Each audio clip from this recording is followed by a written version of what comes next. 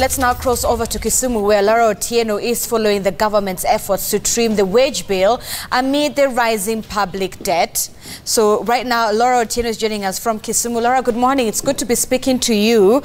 Perhaps you could give us further details on this specific wage bill and what Kisumu politicians are saying in regards to it.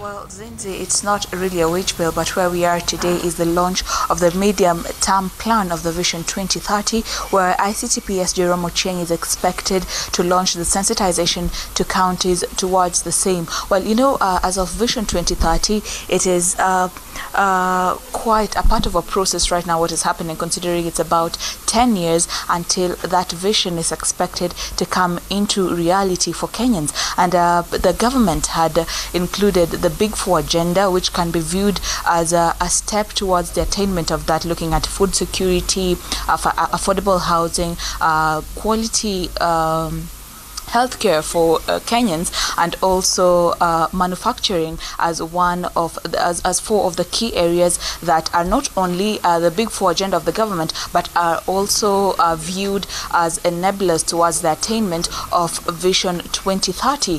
But then the bigger question, Zinzi, now that comes here are matters finance, because right now, as it stands, the National Treasury indicated that Kenya has a 5.2 trillion shillings wage bill, and was already proposing taking 1.1 trillion shillings from the projected tax to be collected by KRA. And what that means is basically that the country will be left by about 700 billion shillings to go into recurrent expenditure. So basically what that means is that that money will be so strained, it will be difficult for the government to make the choice towards straining which resources exactly, so that the Big Four agenda are financed. We hoped that the ICTPS would be here by now, but he has not yet arrived. So of course we will be hoping that he would be giving us answers to some of these pertinent questions, because financing of this project will go a long way in ensuring that Vision 2030 is attained, because the Big Four agenda, if you look at them keenly and dissect, you will see that they are part of the Sustainable Development Goals, which are also pivotal in the attainment of Vision 2030. So, of course, matters finance, as the Controller of Budget had warned, are very, very critical now that Kenya is already facing a debt crisis. 5.2 trillion shillings is the public debt, and 2.6 trillion shillings is the foreign debt that the country owns. And Rotich had also, that's the Treasury CS Henry Rotich, had also indicated that the government plans to cut down on foreign loans and increase on public lending, or rather public borrowing, to see that the Big Four agenda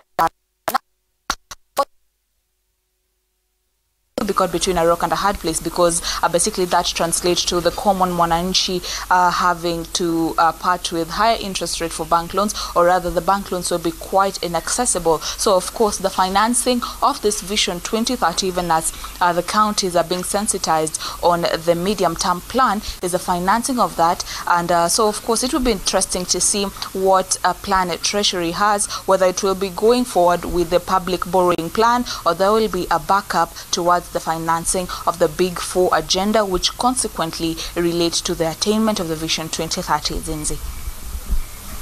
It's Sam here. You speak about that plan that the Principal Secretary in charge of ICT, Jerome Ochieng, is supposed to come and spearhead. But I want to ask you a more local question. When you look at the revenues that are being raised at the Kisumu County, how do you compare that against the wish of the Kenyan populace that the Kenya Revenue Authority is supposed to be raising over 1.1 trillion shillings in revenue? How much of effort is Kisumu making, and what are the successes that you can talk about in this? Well, Sam, for Kisumu County, the finance minister was just around, but he has walked out. I wish he was here to put things into perspective, but then he had indicated that Kisumu is trying to perform quite well, considering that it had raised its revenue collection by 18%, and therefore even now, looking at the budget for the previous financial year, they had put it at 9.2 billion shillings, and the Minister for Finance, Neri Achar, had indicated confidence that looking at the avenues that the county is using to collect revenue in this county specifically. That's mainly from business people and collecting taxes from even border riders. Is the county is basically using a lot of channels to collect revenue, and of course expressing an 18% increase in the revenue collection for Kisumu County only. I cannot speak for the entire country. I mean, looking at the projection that KRA had in their sensitization, the 7th sensitization plan about a month ago, they indicated that the digitization of the process, where people are filing their returns online, will go a long way in filling the gaps of the tax returns that they're collecting currently. They were saying that they plan to increase the tax base to about 11 million Kenyans. I'm not really sure of the numbers, but they are planning to increase their tax base by using the digital forum. So for Kisumu County having increased its revenue by 18%, I think it's not a long throw for the exchequer, not for exchequer, but for the KRA to be looking to balloon its current tax collections, because confidence is being expressed in the ICT system altogether by digitizing the entire process and hoping to seek the loopholes from tax evaders, especially at the border points and tax returns filing mostly, and also the landlords and SMEs altogether. So of course, perhaps the national KRA rather will be able to raise that money, considering Kisumu has already increased its revenue collection by 18%. So of course, maybe they will be able to collect that. But then some, the bigger question is, KRA, after collects its money, Treasury is already proposing to take 1.1 trillion shillings off that collection. That means it's about 60% of the collection that KRA has picked. Therefore, 700 billion shillings will be just about the only money that the government will be remaining with towards recurrent expenditure, and money towards counties, matters development such as schools, roads and hospitals will really be under jeopardy, considering the Big Four agenda is quite close to the president's heart, or rather the current regime's heart.